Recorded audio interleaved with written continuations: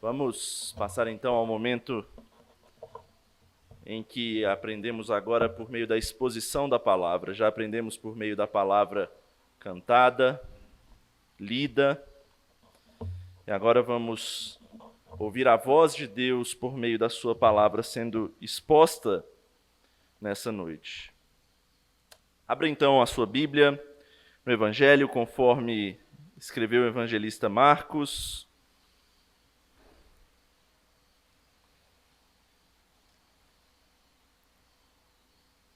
Estamos no capítulo 12. Hoje vamos tratar de um dos textos mais marcantes desse evangelho. Marcos 12, de 28 a 34.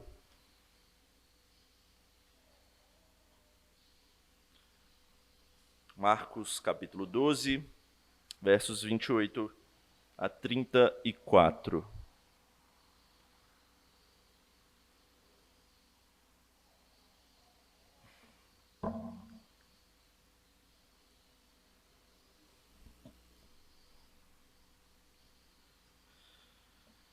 Acompanhe com atenção, com os olhos na palavra do Senhor, enquanto eu leio esse trecho tão importante, que tem muito a nos ensinar a respeito da palavra de Deus. A palavra dele diz assim: chegando um dos escribas, tendo ouvido a discussão entre eles, vendo como Jesus lhes houvera respondido bem, perguntou-lhe: qual é o principal de todos os mandamentos? Respondeu Jesus: o principal é: ouve, ó Israel, o Senhor nosso Deus é o único Senhor. Amarás, pois, o Senhor teu Deus de todo o teu coração, de toda a tua alma, de todo o teu entendimento e de toda a tua força.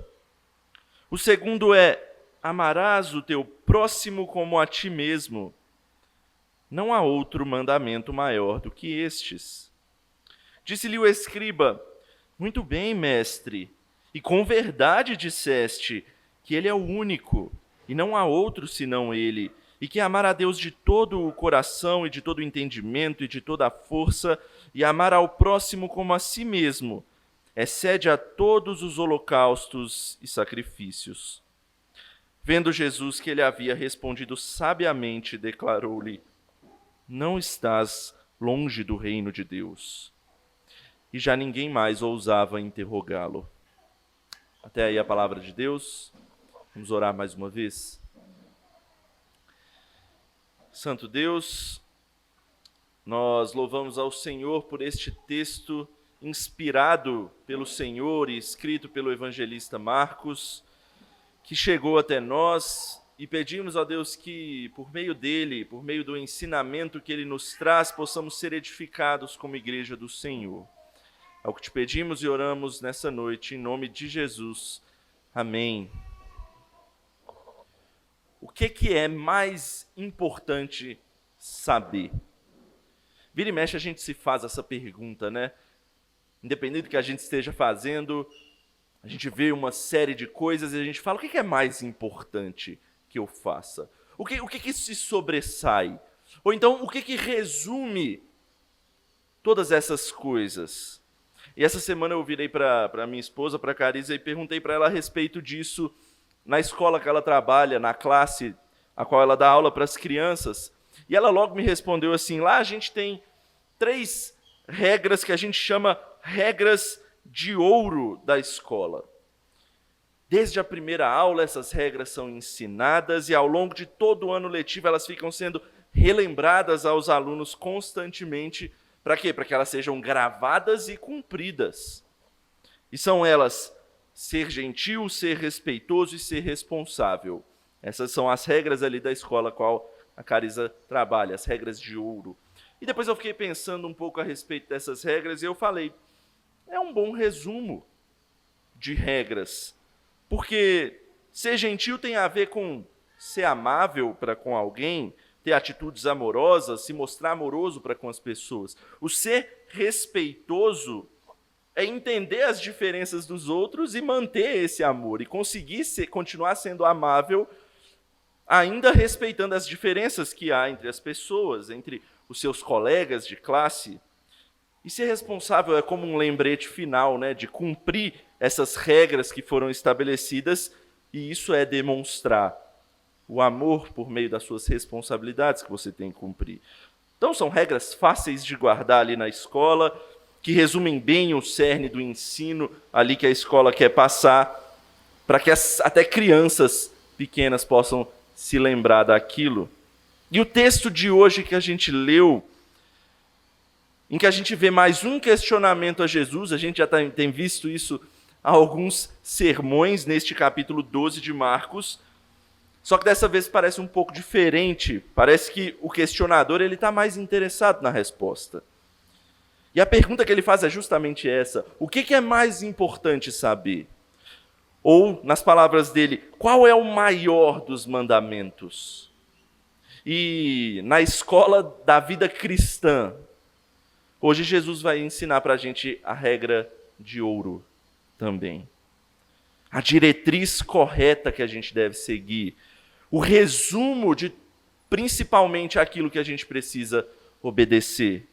Aquilo que principalmente a gente tem que guardar.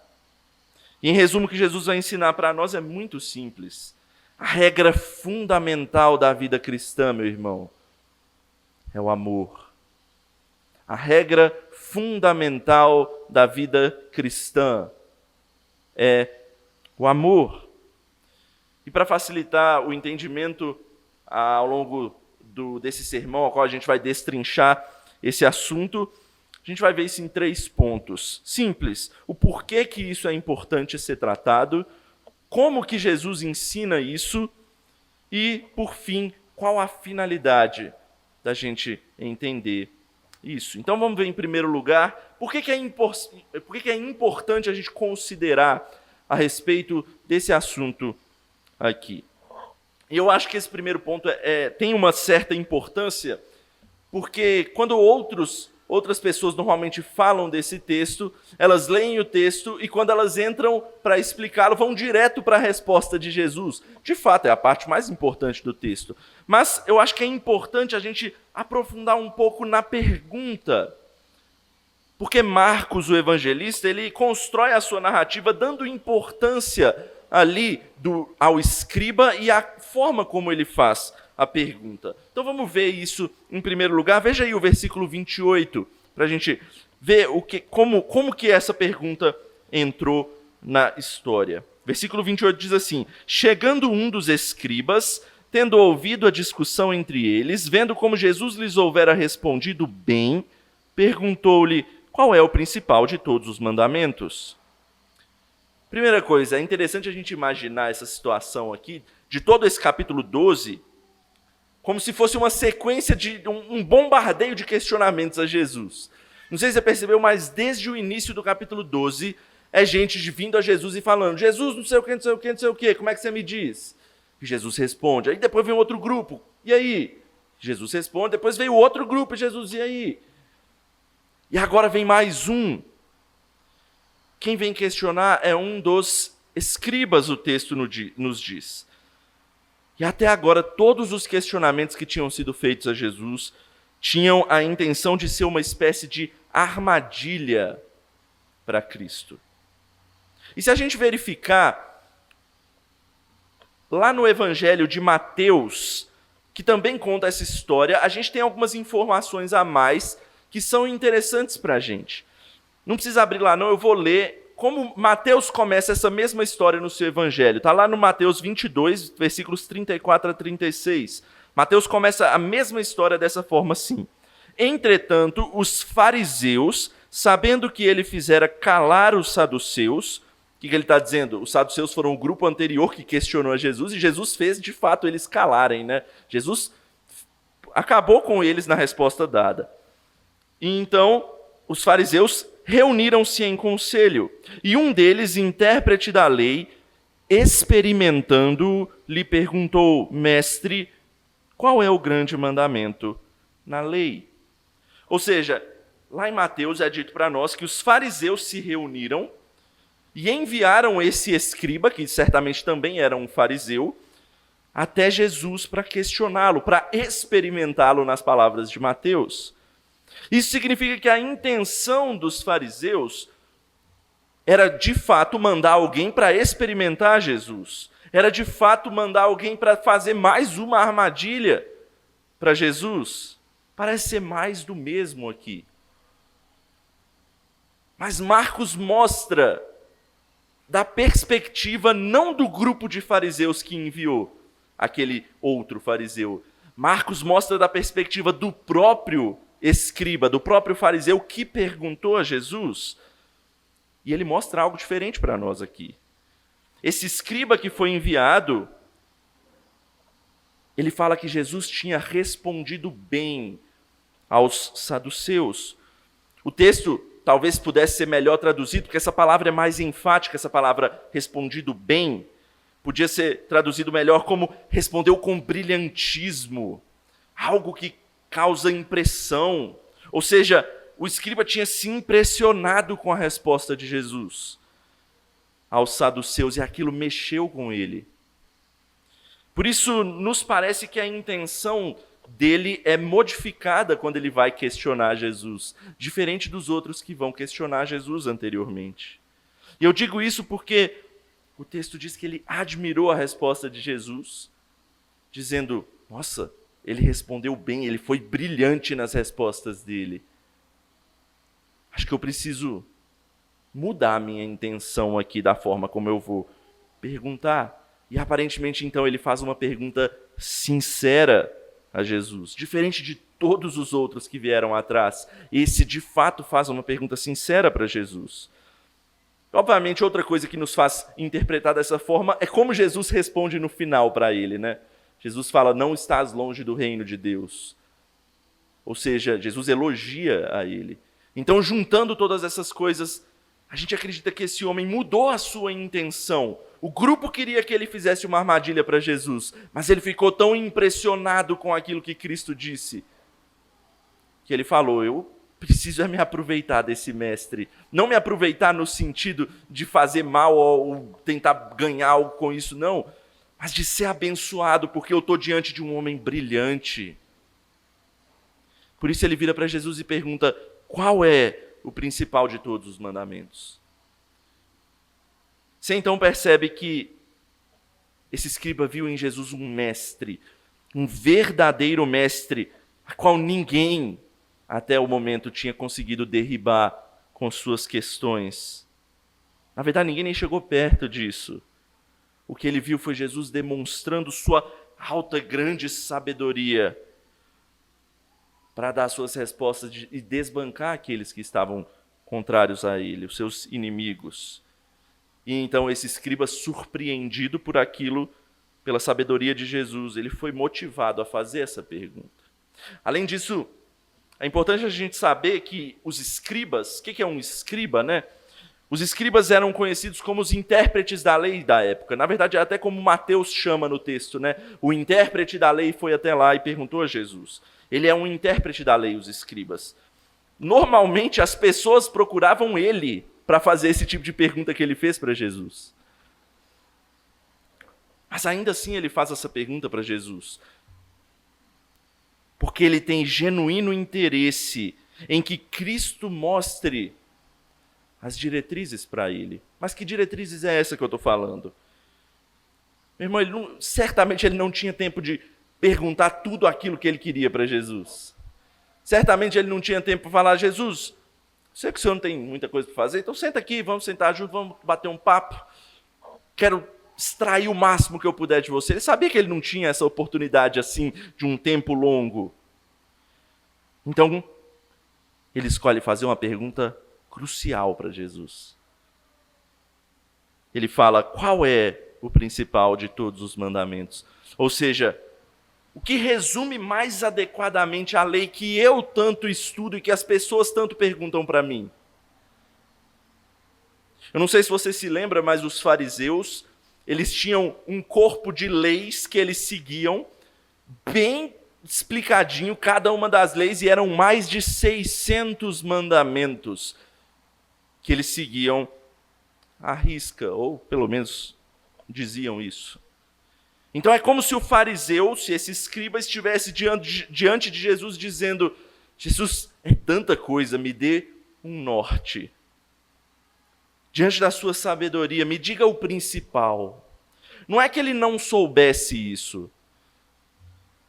A história até nos diz que os judeus, os pensadores, os rabis, os mestres, essa era um tipo de pergunta que eles se questionavam. O que é o principal? Eles mesmos gostavam de discutir a respeito desse assunto. Então não é que esse escriba não sabia a resposta. Ele devia ter uma ideia certamente a respeito dela. Mas o que ele queria ouvir era o que o mestre, que responde às coisas de forma brilhante, tem para ensinar para ele a respeito dessa pergunta tão crucial. Ele queria estar alinhado ao pensamento, à diretriz dada pelo Senhor. E sabe, meu irmão, é muito importante que a gente constantemente verifique se a gente também está alinhado com as diretrizes do nosso Deus.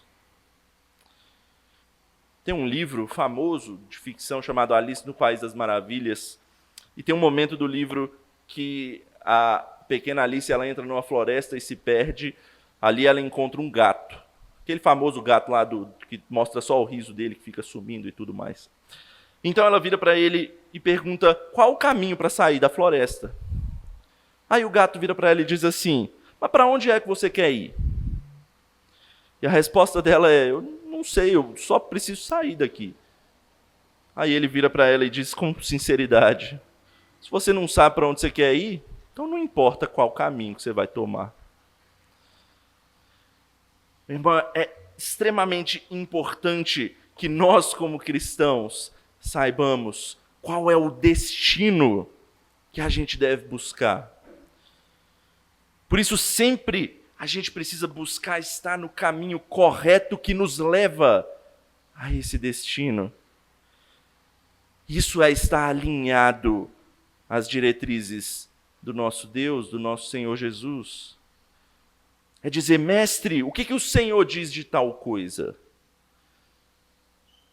Eu não sei o que você faz no seu trabalho, na sua vida, nos seus afazeres de casa, mas vira e mexe, chega uma dúvida na nossa mente. O que a gente faz? A gente vira para Deus e fala: mestre, o que o Senhor diz de tal coisa? Ou então: Senhor, me dê um norte. É por isso que essa pergunta feita pelo escriba é importante. E é algo que também a gente tem que buscar. É por isso que, em primeiro lugar, a gente tinha que ver esse porquê de fazer essa pergunta crucial. É importante. Qual é o principal de todos os mandamentos? Em seguida, a gente vai ver a resposta de Jesus.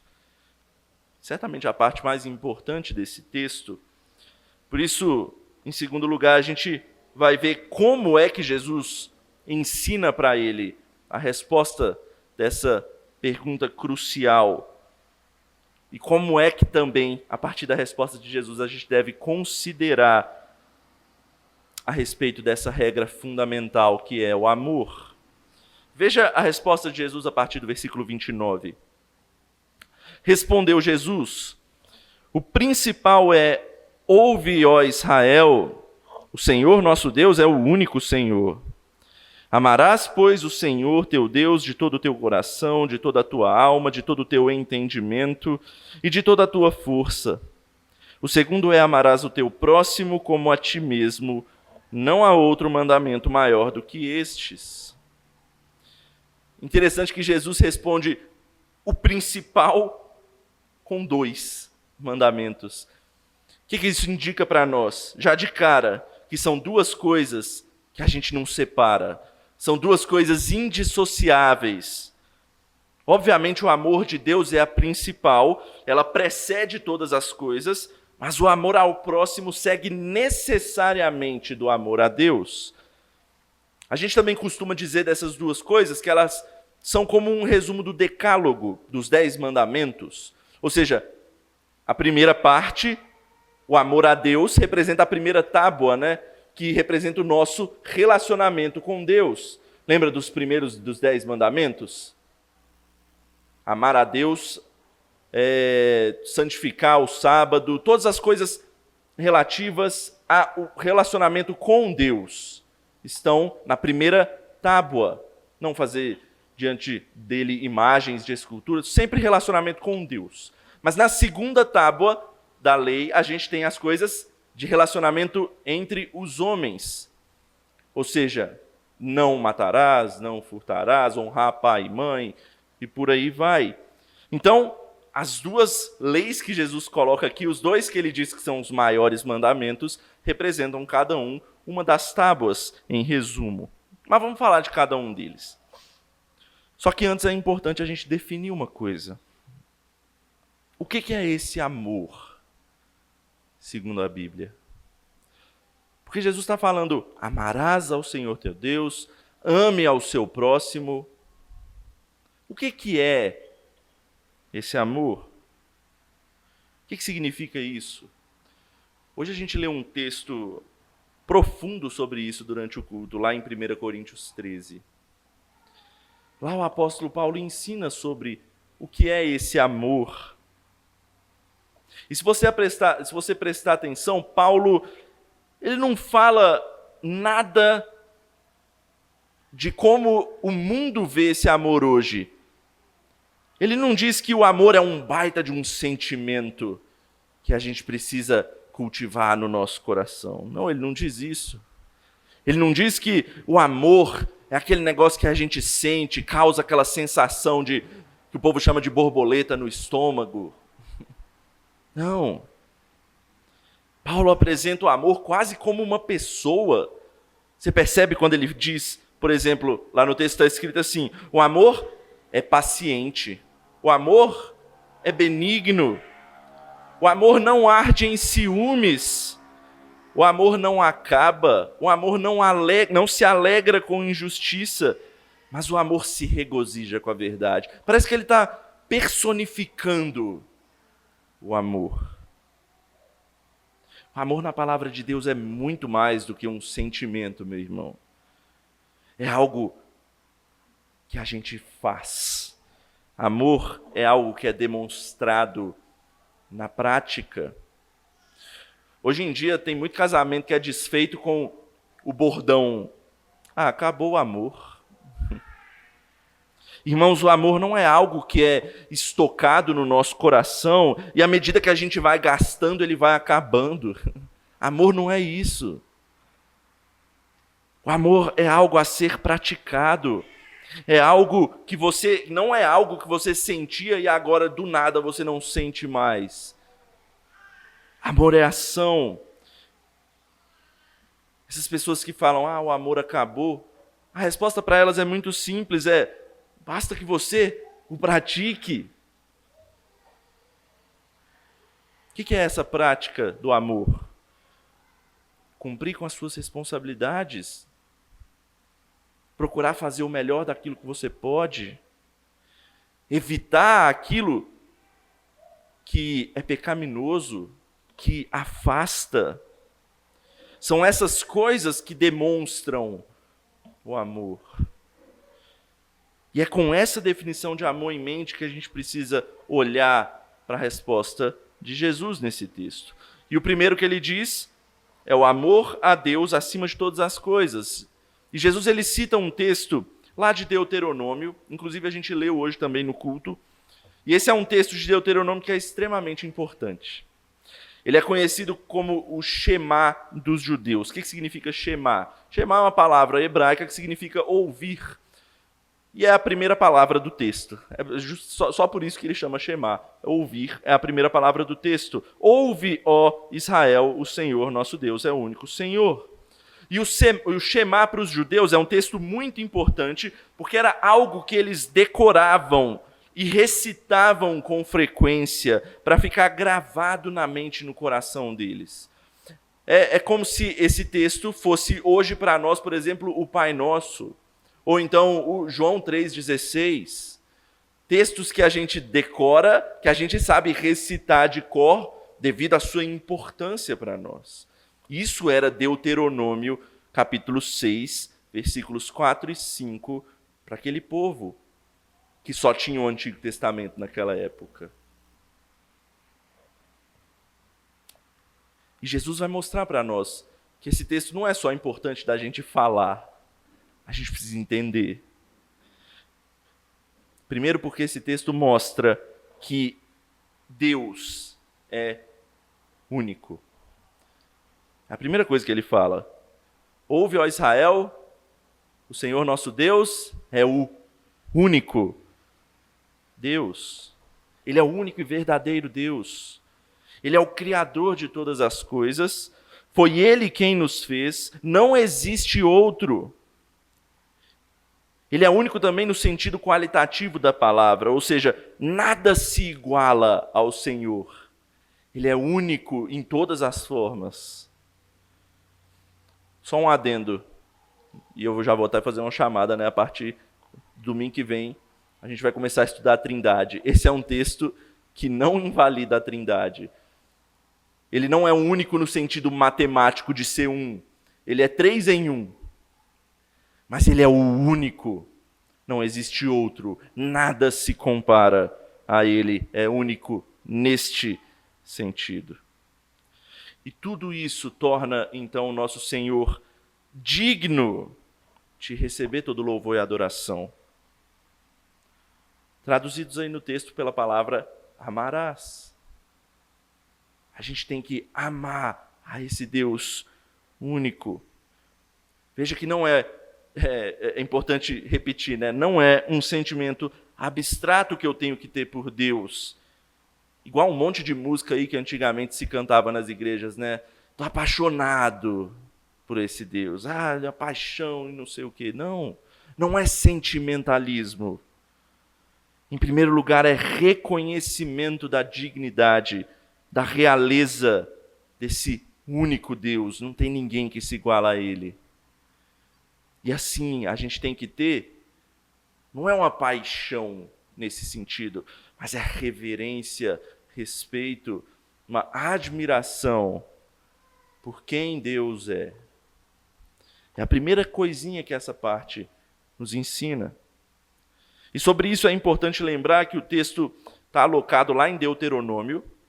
E se você lembrar da época de Deuteronômio, o povo estava no deserto com Moisés, indo para a terra prometida. Só que Deuteronômio, eles já estão no finalmente, eles estão à porta da terra prometida. E aquele povo podia se lembrar de tudo aquilo que Deus fez por eles. O que Deus fez? Deus os libertou do Egito.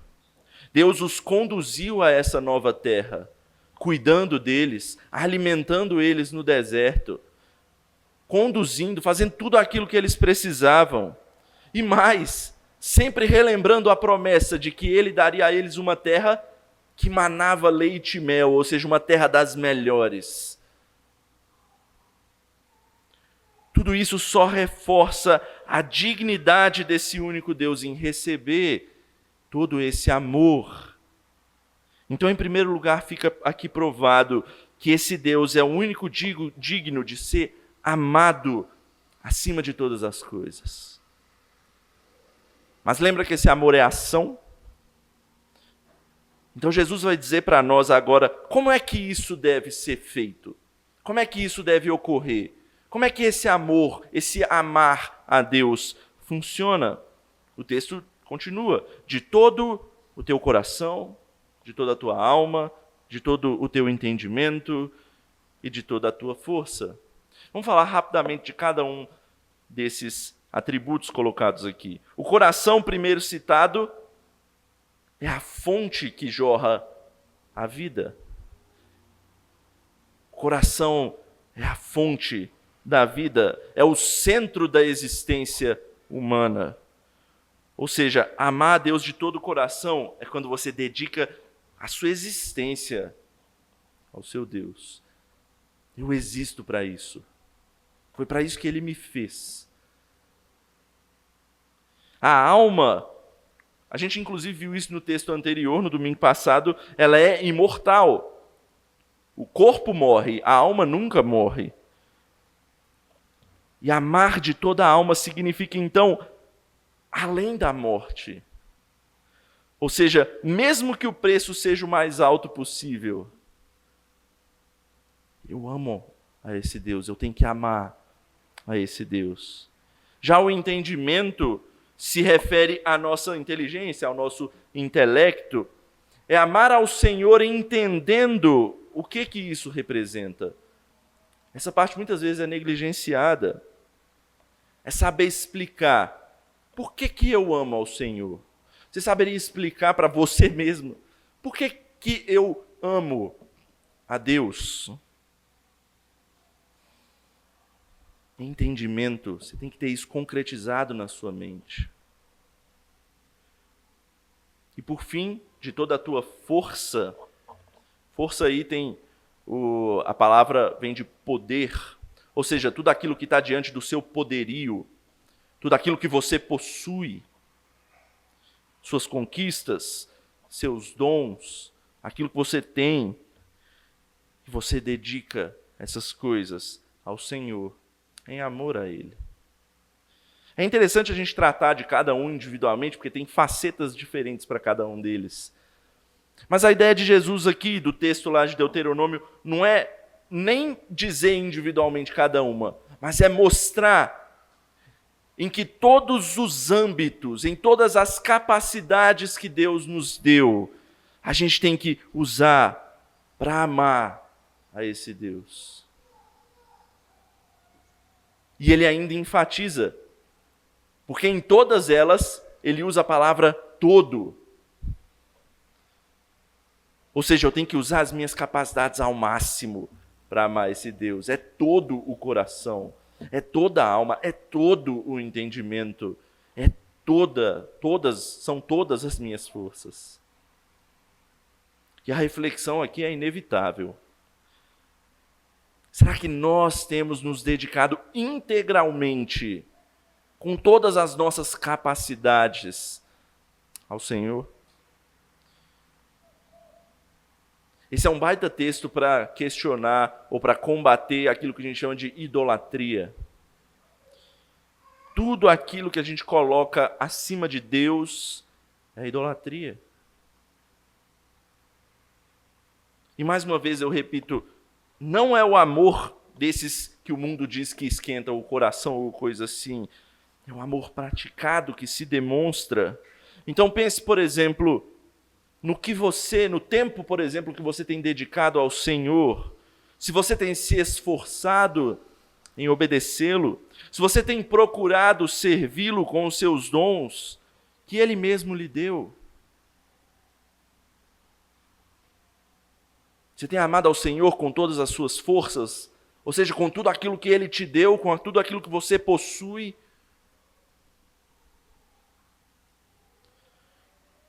Se você tem procurado servi-lo da melhor maneira possível, se você tem confiado nele apesar dos altos e baixos dessa vida, meu irmão, veja como o amor a Deus engloba todas essas coisas. É o cerne da vida cristã. Não teria outra resposta melhor para Jesus dar do que relembrar isso daqui. Mas Jesus ele continua, porque isso não pode ser desassociado da segunda parte dessa regra fundamental. Jesus continua: amarás a teu próximo como a ti mesmo. Esse segundo mandamento dito por Jesus aqui, ele provém de outro texto bíblico. Não é Deuteronômio, mas também está lá no Pentateuco, está lá em Levítico capítulo 19. E o fato de Jesus citar esse segundo mandamento seguido ao Shema, que é o primeiro, indica que são necessários esses dois mandamentos para que a gente siga efetivamente a vontade de Deus. As duas coisas funcionam juntas, uma derivando da outra. Ou seja, não existe possibilidade de eu dizer que eu amo a Deus se eu não amo o meu irmão. Na verdade, se eu não amo o meu próximo. Porque você pode se fazer a pergunta, mas quem que é esse próximo? O meu inimigo é o meu próximo? Ou são os meus amigos? Ou será que o próximo tem a ver com questão geográfica? É só quem está perto de mim? Vamos deixar para a palavra de Deus responder isso para nós? Vocês lembram da parábola do samaritano, do bom samaritano?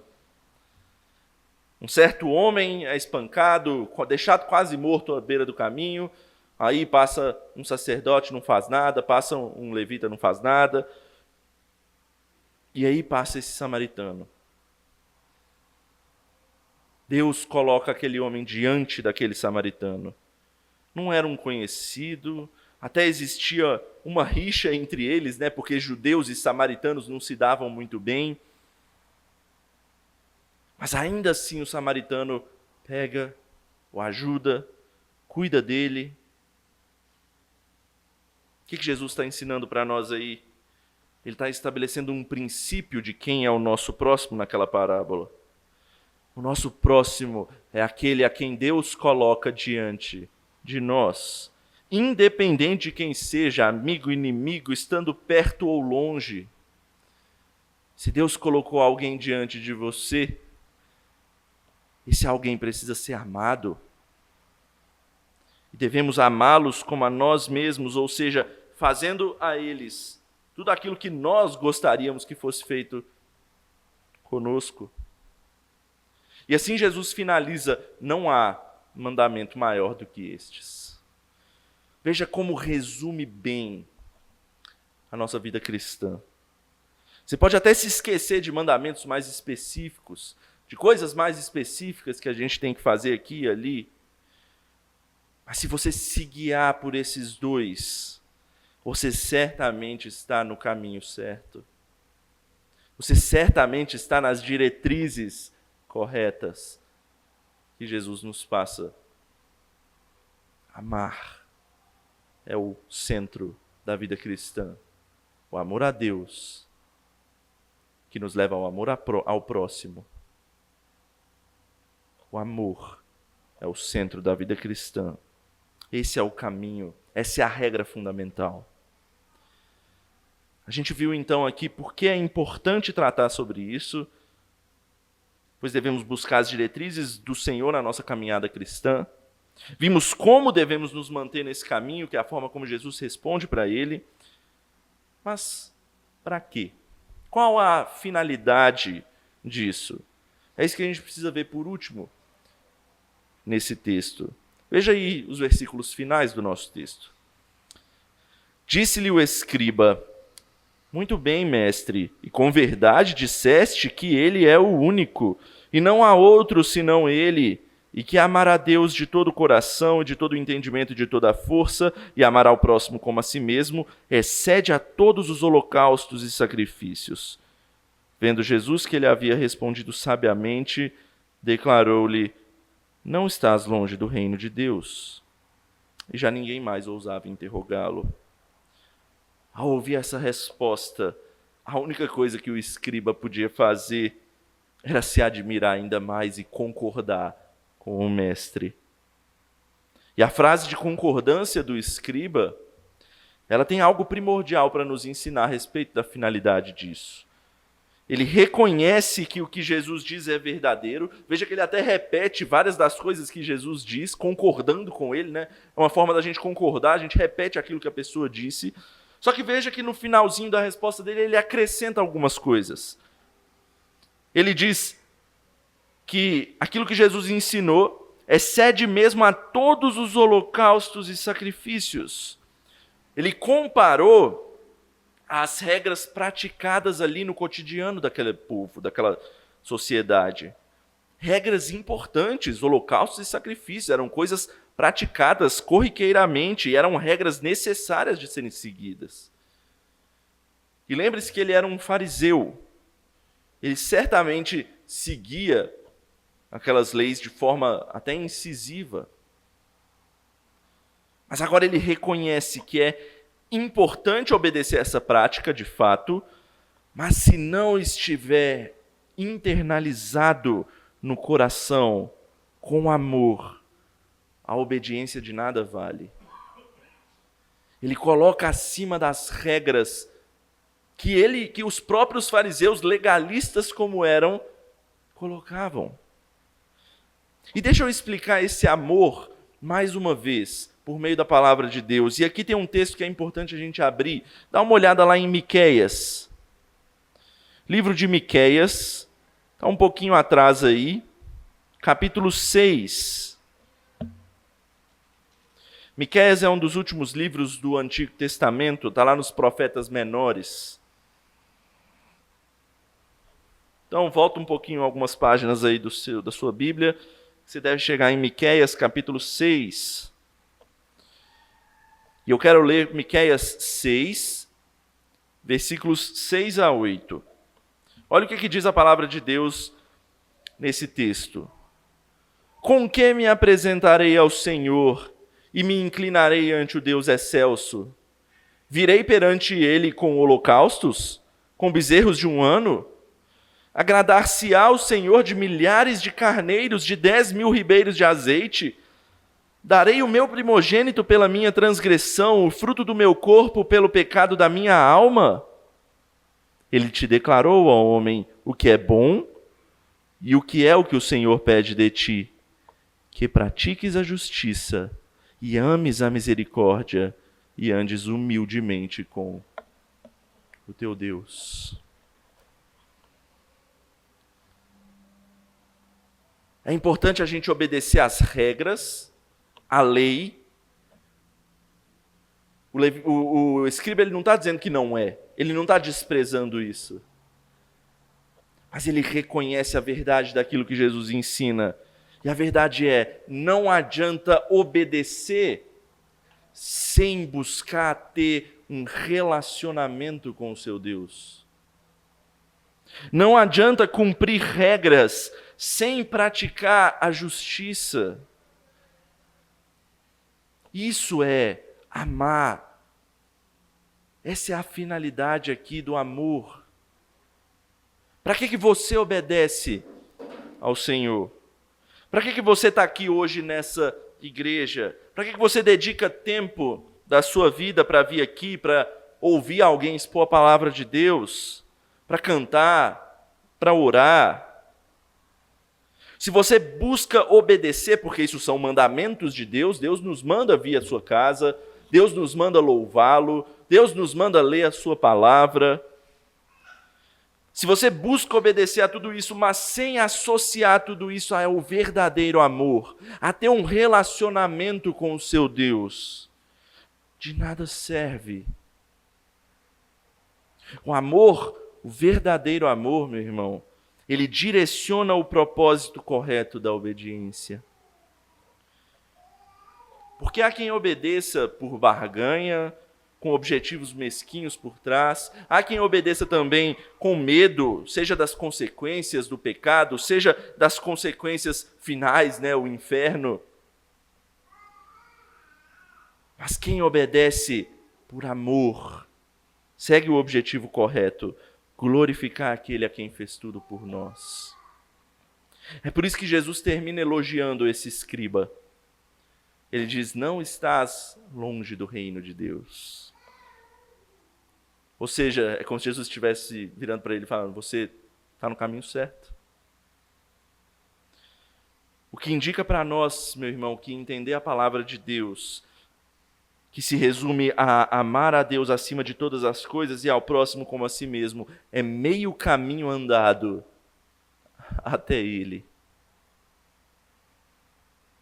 E a pergunta que certamente o evangelista Marcos deixa subentendida para nós aqui é: o quão longe você está do reino de Deus?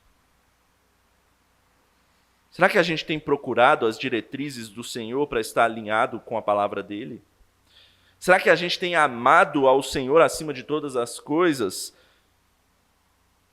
em todas as facetas e capacidades da nossa vida, e ao nosso próximo como a nós mesmos?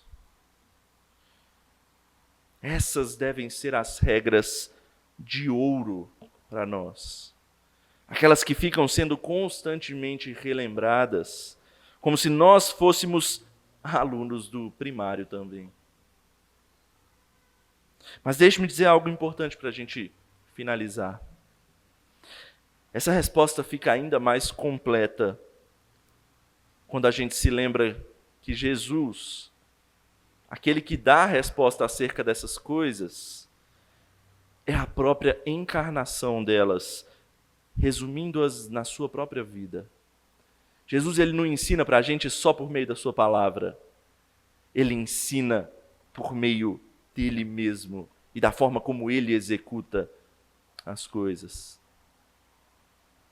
A gente até ouviu uma parte interessante da música que a nossa irmã Adriele cantou hoje, né?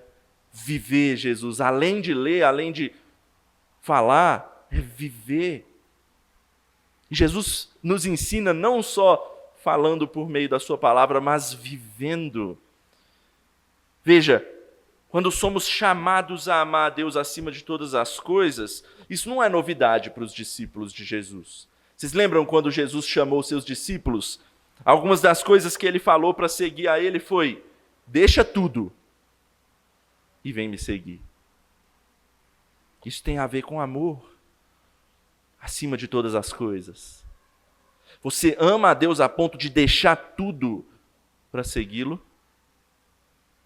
Suas dificuldades, seus poderios, seu dinheiro, seus vícios, tudo. Mas mais impressionante do que isso, Jesus, ele mesmo faz isso. Ele não só chama os discípulos para fazer, ele faz isso. Ele deixa a sua glória para ser mediador e benfeitor do plano de Deus para esse mundo, mesmo que isso o levasse à morte na cruz. Mas mais, e a questão do amor ao próximo? Jesus, ele é o próprio Deus encarnado que veio a esse mundo. Ele está diante de criaturas rebeldes a ele, que pecaram contra ele mesmo. Mas ele mostra para nós, na sua vida, o que é demonstrar esse amor ao seu próximo. Jesus, ele busca o bem-estar das pessoas. A gente viu várias vezes ao longo do Evangelho de Marcos, Jesus curando, apaziguando pessoas, alimentando, ensinando, dando descanso. Cristo expressa como ninguém o amor ao próximo. E isso chega ao ápice também na cruz, quando ele dá a sua própria vida para redimir o seu povo. É por causa daquilo que Cristo fez, meu irmão, que hoje nós temos capacidade de conseguir cumprir com esse mandamento fundamental que ele nos ensina na sua palavra. É por causa do grande amor de Cristo por mim e por você que nós temos capacidade de amar de volta. Ele simplesmente, por ser o Deus vivo, já era digno do nosso amor e devoção. Mas ele faz mais do que isso. Ele nos ama primeiro, para a gente aprender com o exemplo dele e amar de volta.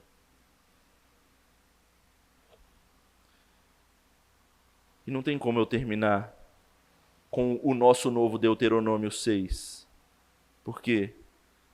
Porque ele nos amou de tal maneira que deu o seu Filho unigênito, para que todo aquele que nele crê não pereça, mas tenha a vida eterna. Que Deuteronômio 6 fique gravado no seu coração, amar a Deus acima de todas as coisas e ao próximo como a si mesmo, mas que ele não se desassocie de João 3,16. O amor de Deus é dar o seu Filho por nós, para nos redimir do nosso pecado e nos livrar da morte eterna. Vamos orar? Santo Deus, louvado seja o teu nome, ó Deus, pela tua obra, pelo teu amor.